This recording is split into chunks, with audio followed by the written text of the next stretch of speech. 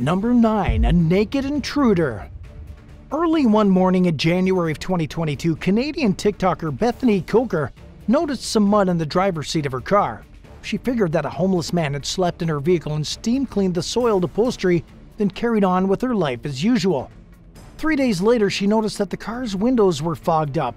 When she got inside, a naked man she didn't recognize said, "Hey." From the time Coker discovered the mud on her seats until she found the homeless man a few days later, he had remained hidden in the trunk anytime she drove in her car. Coker asked him why she was in her trunk and why he was naked, to which he replied, "It's a rite of passage." When she asked the man how he got into the trunk, he said that he was the son of the Pope. At first, the 911 dispatcher responded to Coker's claim of a man being in her trunk for 3 days unnoticed with disbelief. But police certainly realized that she was telling the truth when they arrived at the scene to find the man's legs hanging partially out of the open trunk. In footage of the extremely bizarre encounter, he can be heard asking officers if he can put his pants on before exiting the trunk, to which they replied that they would appreciate if he did it. Coker told her followers that the man was a missing person and that the police took him to a psych ward. Number 8. Severed body parts. When Las Vegas police tried pulling over a Chevy pickup truck with an expired registration in December of 2021 and the driver sped off, they began to suspect that he might be guilty of more than a routine traffic violation. A police helicopter tracked the fleeing driver, who eventually ditched the Chevy and tried getting behind the wheel of an Avalanche. Officers managed to take the suspect into custody at that point and identified him as 58-year-old Eric Holland. They soon discovered that both of the vehicles were stolen. While searching the bed of the Avalanche, the police noticed some coolers that were taped shut and reeked of decomposition. Inside were garbage bags containing the dismembered remains of Holland's friend, 65-year-old Richard Miller, who was shot multiple times before being cut up and placed in the coolers. Footage from a local business showed Holland buying garbage bags and a power saw shortly after the murder. A National Park Service officer recalled speaking with a man who identified himself as Brian Long, who implied that his last conversation with Miller was a heated argument. Brian Long is an alias that Holland is known to use. Holland pleaded guilty to second-degree murder with a deadly weapon. According to the most recent update, he was still awaiting sentencing. Number 7. Baby-snatching killer's murder weapon. On December 16, 2004, a very pregnant 23-year-old dog breeder named Bobby Jo Stinnett answered the door to whom she thought was a customer. An hour later, she was found dead in her Skidmore, Missouri home. It was clear that she was no longer pregnant, and her baby was nowhere to be found. Investigators quickly zeroed in on Lisa Montgomery, a woman from Kansas who had befriended Stinnett online over a shared love of dogs and who also claimed to be pregnant. Montgomery had posed as a customer named Darlene Fischer and arranged to go to the victim's house to buy a terrier on the day of the murder. When the FBI showed up at Montgomery's home to arrest her, she was holding an infant who she claimed she had just given birth to. But her story was quickly proven to be false, and she was charged with murder. Inside the trunk of her car, federal agents found a bag containing a bloody knife, human hair, and part of an umbilical cord. Montgomery's lawyers argued in court that their client was deranged when she committed the horrific crime, but the jury didn't buy it, and in 2007 Montgomery was found guilty of kidnapping resulting in death and sentenced to death by lethal injection. She appealed the case, and when her extensive mental health history was revealed, many opponents of the death penalty argued that her sentence should be reconsidered. But the court upheld the original decision, and in 2021 Montgomery was executed, making her the first female federal inmate to be put to death in 67 years. Number 6. Free car containing human corpse. In 2021, 2 men contacted the Koole County Sheriff's Department in Mississippi to report that they'd found a naked corpse in an abandoned car. They told responding deputies that they found the car in the city of Byram with a sign on it that said "free car" and proceeded to drive to Koole County before discovering the remains. Law enforcement identified the body as the car's owner, 34-year-old Anthony McCrillis. Neither his ID nor his cell phone were in the vehicle. McCrillis was last seen alive about a day earlier on footage from his home security camera. In a shocking twist, Byram police soon revealed that the 2 men who reported the discovery of McCrillis' body had lied about the free car sign to avoid being charged with auto theft. After questioning the pair, authorities charged 24-year-old Jordan Thompson and 21-year-old Joshua Hankins with several crimes, including tampering with evidence and auto theft. A third suspect, 21-year-old Kelly King, was also charged in connection with the case.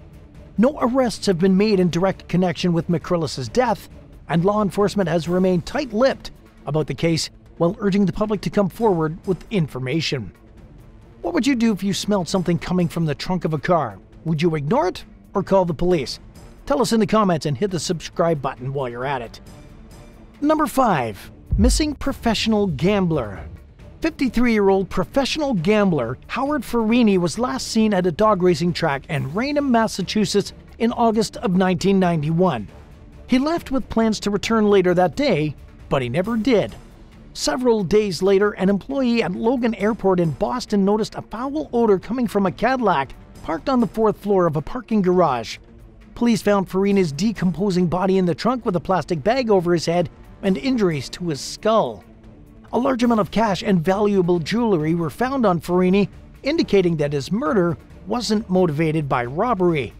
An investigation found that at least 2 people assaulted the victim at his home before ending up dead in his car trunk outside the airport. The case soon went cold, and it remained that way for nearly 3 decades despite investigators doing everything in their power to try bringing justice to the case. In 2021, police revisited the crime as part of an effort to solve cold cases with a combination of new DNA technology and tried-and-true detective work. With help from the FBI, they managed to identify a fingerprint on the bag that was used to suffocate Ferrini as belonging to Kevin Hanrahan, a career criminal who spent most of his adult life in and out of prison. Hanrahan was a known enforcer for the Providence-based Patriarcha crime family. Unfortunately, by the time the print was identified, it was far too late to arrest him in the case. As a result of his deviant lifestyle, he was shot to death in 1992. And while the discovery marks a major break in the case, there's at least one other perpetrator who has yet to be identified. Number 4. Carbon monoxide murders. In the early morning hours of April 20th, 1977, 65-year-old Harriet Carr found her husband Melvin Ted Carr dead in the garage of their Indianapolis home. His car was still running and there was a vacuum cleaner hose attached to the tailpipe and leading into the trunk, where Harriet found 3 bodies.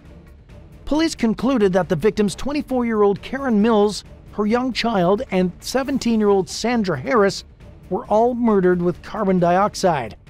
Ted died from the same cause, but his death was ruled accidental. He had kidnapped the victims at gunpoint and assaulted them before murdering them.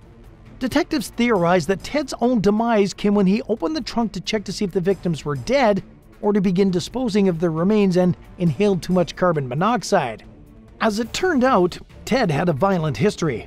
30 years earlier, he was arrested for kidnapping a pair of hitchhikers and assaulting one of them, but the charges were ultimately dropped. He also did a short prison stint for kidnapping and was caught drawing up murder plans during his stay, but was released anyway. Ted was also suspected of killing mother-daughter duo Karen and Lois Williams in 1967 and attempting to lure a co-worker's wife to her death around the same time.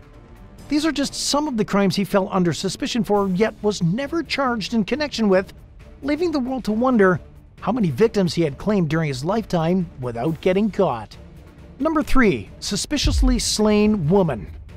In early of 2022, someone shot 40-year-old Charley Marie Koole multiple times and left her body in the backseat of an abandoned car along a roadside in Nashville, Tennessee. By the time Koole's body was found, the vehicle had been parked in the same spot for 6 weeks, and her family had been trying to reach her to no avail. Her father, Charles Koole, told local station WKRN that he was surprised to learn that his daughter's body went undiscovered for so long, especially since the car was parked along a well-traveled road. Charles admitted that Charley struggled with addiction, but said that he couldn't imagine why someone would want to kill her. Witnesses told investigators that they last saw the troubled woman in the same Dodge Charger she was found in, with a man identified as 31-year-old William J. Churchwell, after he allegedly told detectives that he shot her while inside the vehicle. At the time of the murder, he was free on a $25,000 bond in connection with an unrelated burglary. It was also discovered that the car Charley's body was found in had been reported stolen as the result of a robbery in late 2021. Churchwell said that he was sitting in the front seat of the car when he turned around, pointed the gun at Charley's head, closed his eyes, and fired. He also admitted that the victim was still talking after he shot her and that he got out of the car and fled the area. The suspect remains behind bars on a murder charge while awaiting the next steps in the case. Number 2. New Jersey homicide victim. In early 2022, police in Paterson, New Jersey, received a call about blood dripping from the trunk of a car. Inside the trunk, they found the brutally beaten remains of the car's owner, 38-year-old Bethany DeJesus. Officers initially believed she had been shot, but a medical examiner ruled that she was bludgeoned to death. An investigation traced DeJesus' last known whereabouts to a home in Ottawa, where she was seen arriving on surveillance footage after leaving a nearby pharmacy. A little while later, a white SUV belonging to 24-year-old Joelle Martucci, one of the home's residents, pulled into the driveway. Both vehicles left about 2 hours later, according to court documents, which failed to specify who was driving the cars. Martucci told detectives that she entered the residence to find a large box or bag and a portion of the carpet she ripped out. She initially claimed that she never saw DeJesus' body, but she did observe Fischer and his father, Ali Gibson, carrying something large to the victim's car. Detectives executed a search warrant of the home where Martucci lived with her fiancé, Justin Fischer, and the couple's child. They subsequently charged Martucci, Fischer, and Gibson with first-degree murder and conspiracy to commit murder. 3 other suspects were later charged, including Fischer's brother, Ali Fischer, and his mother, Koole Fischer. Everyone except Justin Fischer managed to get their charges reduced, eliminating their culpability in the murder. And Ali Fischer's charges were dropped completely after it was determined that he likely had no involvement in the crime.